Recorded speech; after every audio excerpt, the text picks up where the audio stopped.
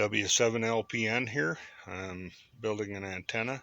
It's a vertical sleeve dipole. The coax goes inside the bottom element.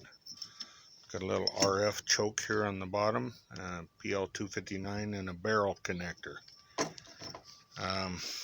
The coax is split on the end, and the center conductor goes to the top element. The braid goes to the bottom element. I have these little connectors here. I pull the plastic off and solder them on, and that gives us a good continuity. This is an off-center fed sleeved dipole.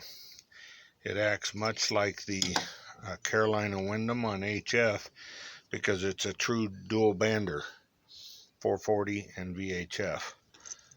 Very easy to build. This is thin-walled PVC 1 inch. These are 1 inch aluminum elements.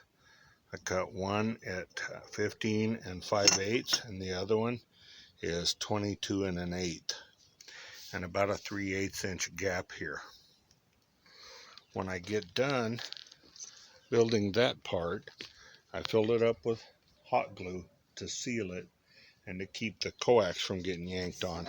Hot glue hangs on to coax pretty well, and it's cheap. So I will put this down in the concrete and give it gentle taps until the antenna element is exposed here.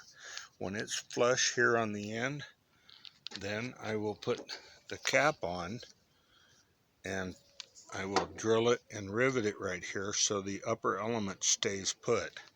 Then down here I will measure the proper spacing of the two elements, and I will put a pop rivet through here to hold the bottom element in place to make sure it doesn't fall down or pull down or put stress on the center conductor to pull it out of the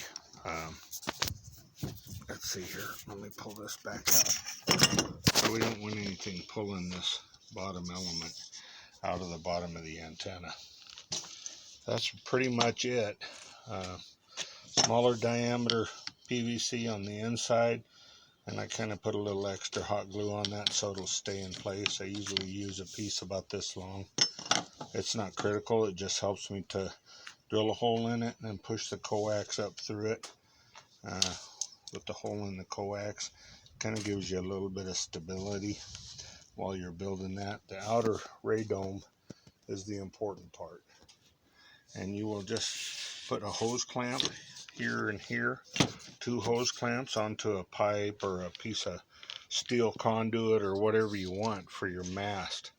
And because it's below this bottom element, you have a few inches here where there's no conductor inside, so hose clamp here and here will be just over PVC. There won't be any element inside there, so no problem coupling or radiating to the pole, as long as you don't get the pole up here too far. Bottom foot or so is pretty safe. So that's it. Thank you. Bye.